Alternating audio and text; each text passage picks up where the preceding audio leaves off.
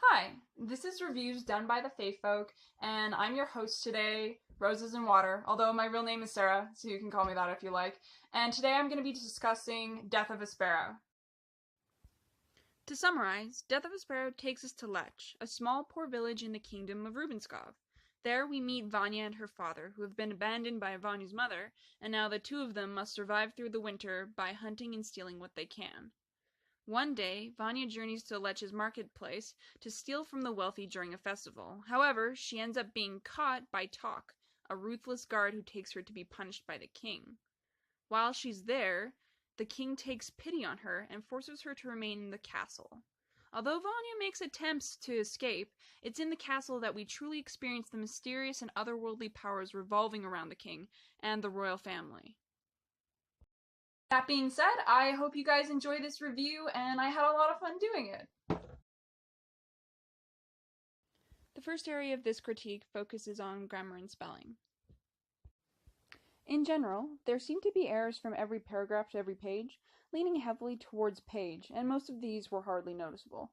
Most of the errors consisted of a mistaken homonym, which is the same spoken word, different meaning, small spelling and grammar mistakes that consisted of commas where periods should be, and added or missing words and letters. Overall, not too bad. Most of the errors would likely be finished off or cleared out easier if the language were a little simpler in some areas, and I'll be explaining what I mean by this in style. To start off, the language in every chapter has a flair that's hard to ignore. The beauty of cold is almost magnificent in its deadliness during the first few chapters. However, the author makes sure to note as often that it's a dark beauty, which contrasts very well with the characters themselves. An interesting note that I'd like to draw attention to focuses on the transformation of the language from chapter to chapter. In the beginning, we get a very stark, frigid experience where I can literally feel the cold washing over me. However, a transformation comes midway. It may be unintentional, but the longer Vanya spends in the castle, the more the author draws emphasis to the warmth the character feels, like the fires and the baths she takes. It's a softening of the cold language over time, and an interesting transformation to view on its own, which may be speaking to a underlying meaning or feeling within the character. Although the language can be quite beautiful, some of the major errors come from the language having a lack of clarity.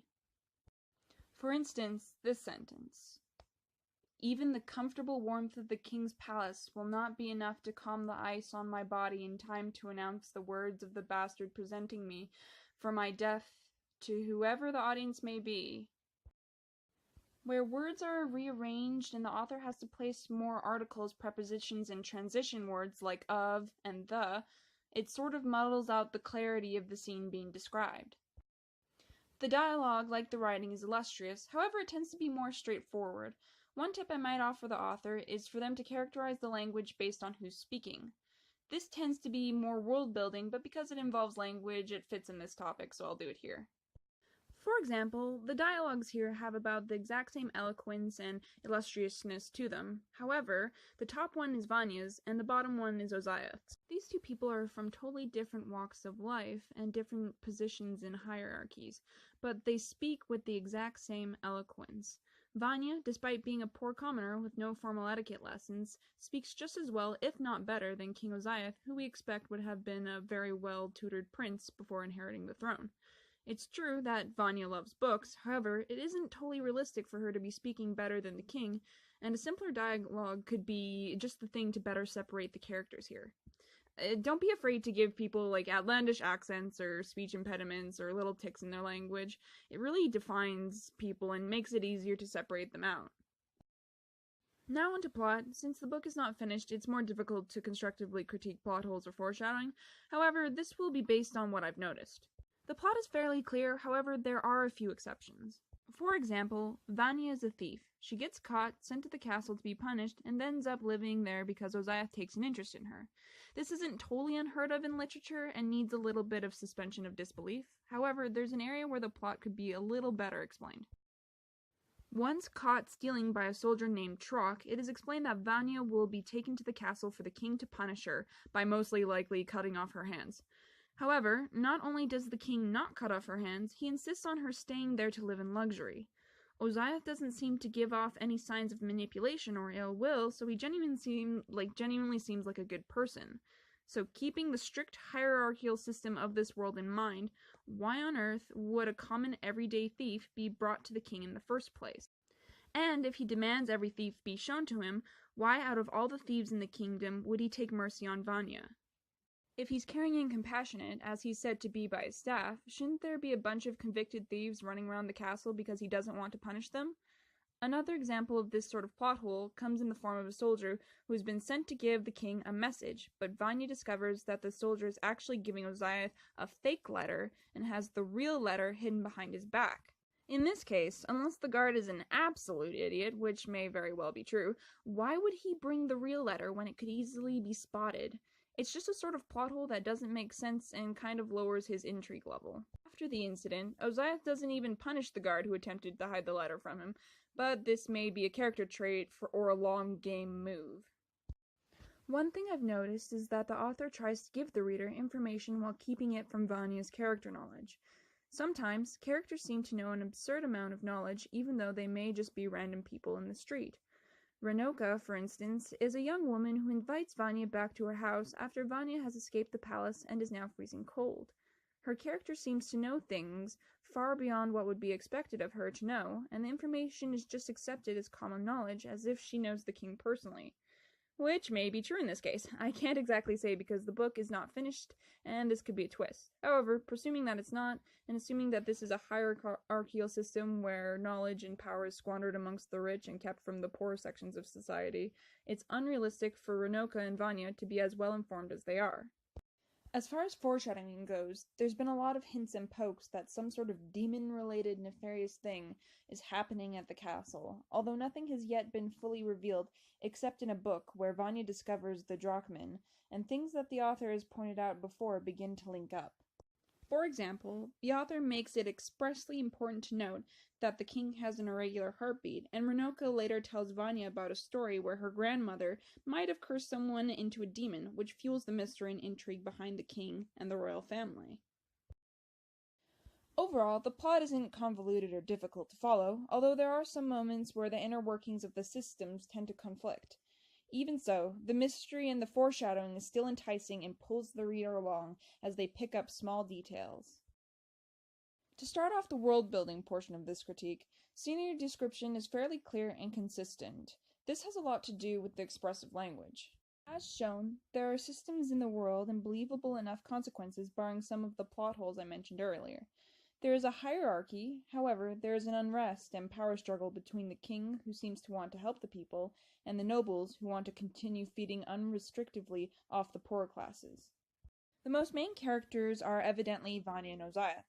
Vanya is clearly center stage, as we are able to know her thoughts and feelings, but Oziath is always fairly present, although his motives are still rather confusing simply because some of the holes I mentioned earlier. That doesn't make him any less mysterious, however, and the potential dark history of his family is definitely alluring enough to keep reading. Vanya is by far my favorite character. Clearly, the author has taken the time to make her as complex and human as possible. She has a duality about her that is present throughout the entire book, and even more evident by her thoughts and actions. She seems to hate herself for being a thief, but holds just as much contempt for the wealthy. When she's in the palace, Vanya had a moment where she even hates that she enjoys the luxury and is becoming accustomed to it when she knows people in her hometown are still suffering. Her emotions are even complex with regards to other characters. Her father at first seems harsh, but Vanya looks beneath those layers to see someone who is hurting. Vanya calls the mother who abandoned her family for a wealthy man a wench, and only talks of her with anger and hurt, but in her memories, Vanya's mother is kind, even nurturing when she's teaching Vanya to sew.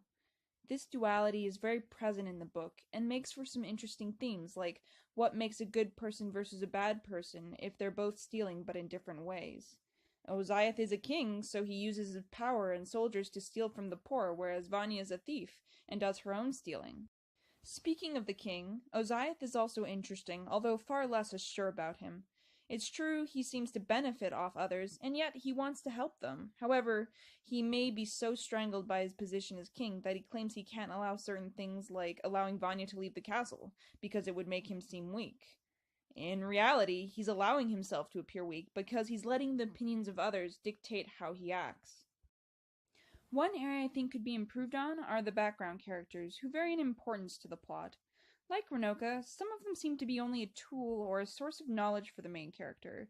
Oziath can't tell Vanya himself that he's a good guy who cares about the poor, because that would look too obvious, so Renoka tells Vanya information she really shouldn't have. Characters like Renoka seem to serve either the plot or the MC without any hint of their own motivations. That doesn't necessarily mean she's a poor character, but she could react a little more dimensionally, maybe a small character flaw or tick that's present. Trock and the other guard, on the other hand, act as antagonistic forces, but they aren't given as much dimension as Vanya. We don't get to see them often enough, perhaps, but a little of the duality in Vanya could also be given to these characters. For example, another character that has just appeared in the book, Hortomoa, is a very interesting character. At first, she's portrayed as very stiff and frigid, much like the cold weather, but over time, her feelings soften towards Vanya, and Vanya even develops a crush for the guard. In terms of originality, which is the last level of the critique, Death of a Sparrow is a story that I would liken to an abduction, rags to riches, with a little political intrigue and mystery thrown in there. Some twists present in the book are that the MC isn't nearly as confident in her own beliefs as she pretends to be, and that characters are not all they seem to be on the surface. Overall, in terms of just reading the book, I use a pass or fail system, and this book, although it's had its challenges, definitely passes. The interesting main character and the mystery, as well as the spots of truly beautiful language, make this an easy read. I could recommend Death of a Sparrow to anyone who's looking for a book that expects its readers to suspend their disbelief. After that, readers will enjoy the reactions of this very complex world and its main character, who feels like she's almost being torn in half by forces far beyond her own control.